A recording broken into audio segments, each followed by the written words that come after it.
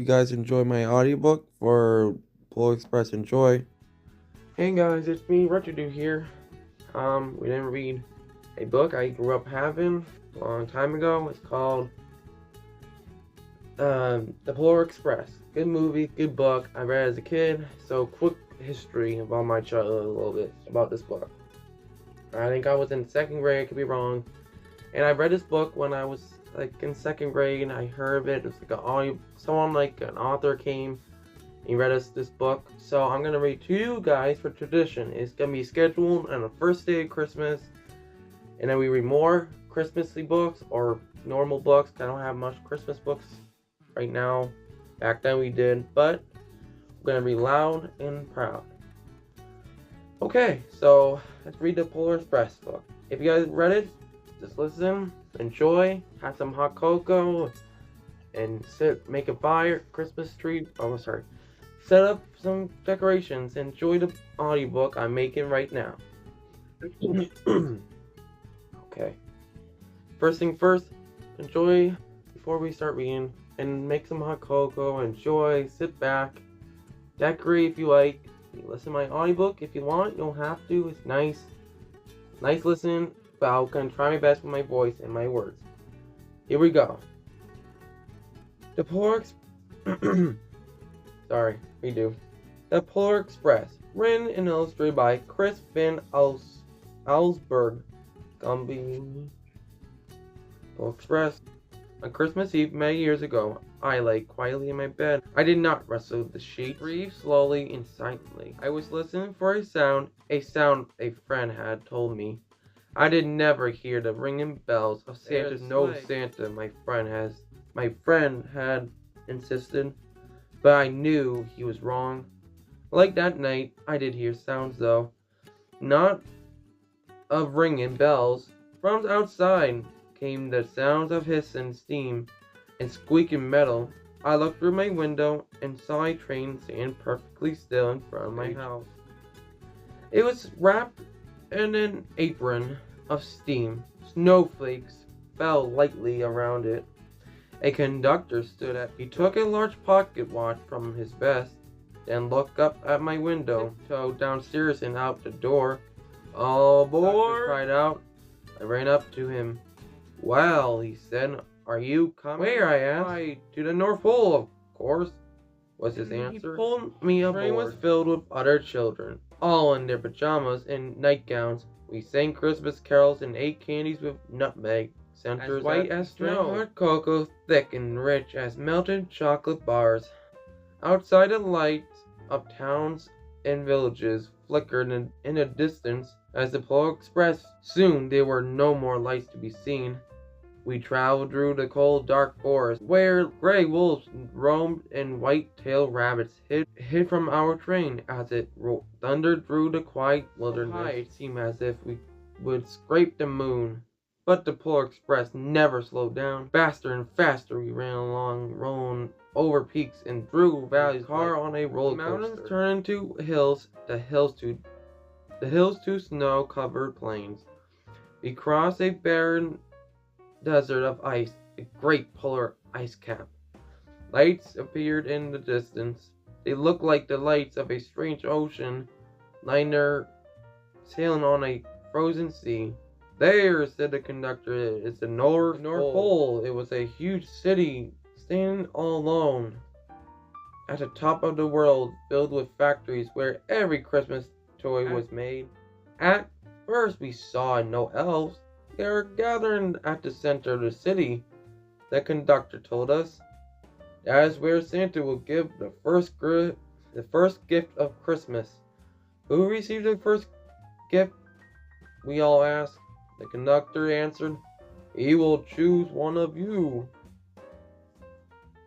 "Look!" shouted one of the children. "The elves!" Outside we saw hundreds. As our train drew closer to the center of the North Pole, we slowed to a crawl. So crowded were the streets with Santa's helpers. The Polar Express go no further. The conductor led us out. Pressed through the crowd to the edge of a large open circle. The reindeer were excited. They pranced and pantsed, rang the silver sleigh bells that hung from their harnesses. It was a magical sound like nothing I did ever heard. Across the circle, the elves moved apart and Santa Claus appeared. The elves cheered wildly. He marched over to us and pointed to me. "Let's have this fellow here." He jumped into his sleigh. The conductor handed me up.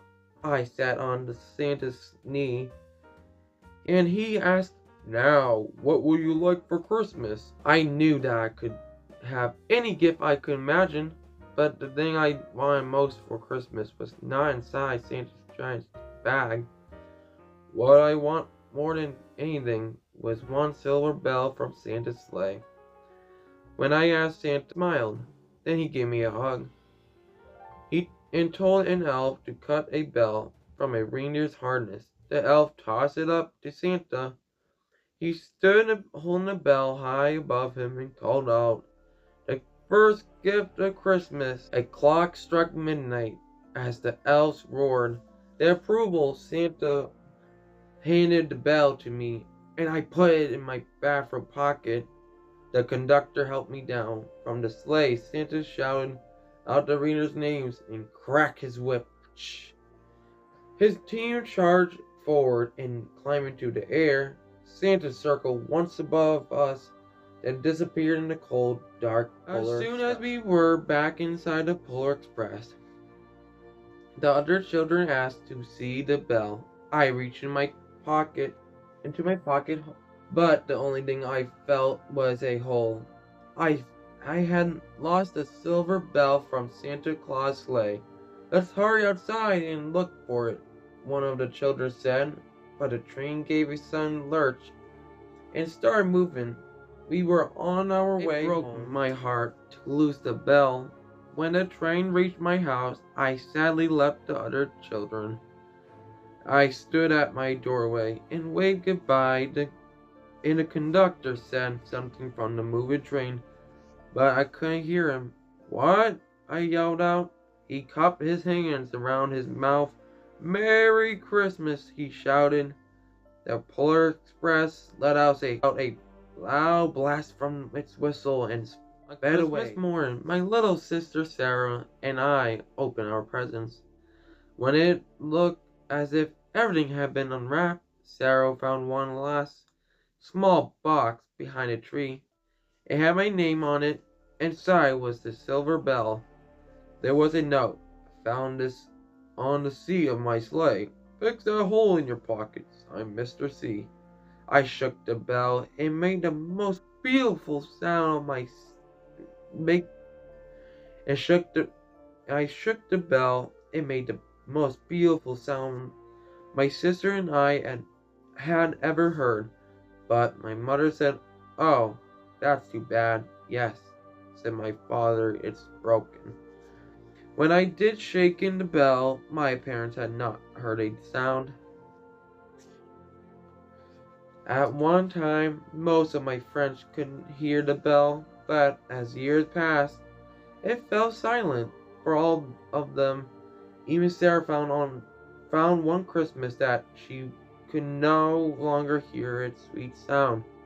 Though I have grown old, the bell still rings for me as it does for all who truly believe. The end. Well, guys, thank you for listening for this audiobook. This is really special for me to read this book to you guys.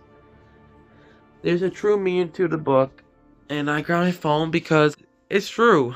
There is a meaning to Christmas, and I will tell you with one person you know who loves Christmas. Just give me a second.